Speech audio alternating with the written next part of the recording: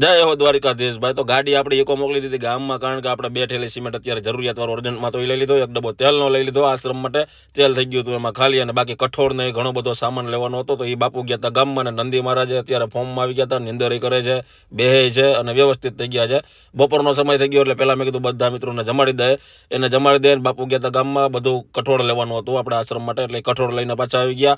અને પછી હું ગયો પાછો ગામમાં, કારણ કે કડબ જે આપણે કહીએ કે નંદી મહારાજ ખાઈ જાય પહોંચી થઈ રહી હતી. મેં કીધું હું મારા ગોતીને લેતો આવું, એટલે સીધો નીકળી ગયો અને લેતો આવ્યો ત્યાંથી.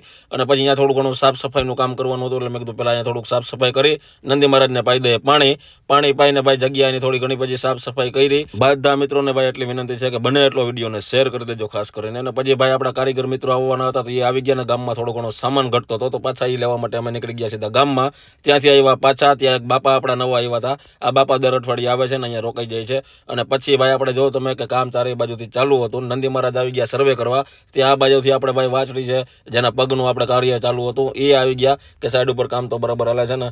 પછી ચા આવી ગયો, એટલે બધા મિત્રોએ ચા પી લીધો. અને બધા મિત્રોને હજી એકવાર કહી દઈશ, બને એટલો વિડીયોને શેર કરજો. અને તમે કાંઈ પણ આમાં સહયોગ આપવા માંગતા હોય અમારા આશ્રમની અંદર કે આ ગૌશાળાની અંદર, તો નંબર અહીંયા આપેલા છે, ફોન કરી શકો છો અને એમાં તમે સહયોગ આપી શકો છો. તમારો પિન્ટુભાઈ વીટી હલવાડીને આવ્યો હતો, એટલે એની વીટી ગ્રાઇન્ડરથી કાપી.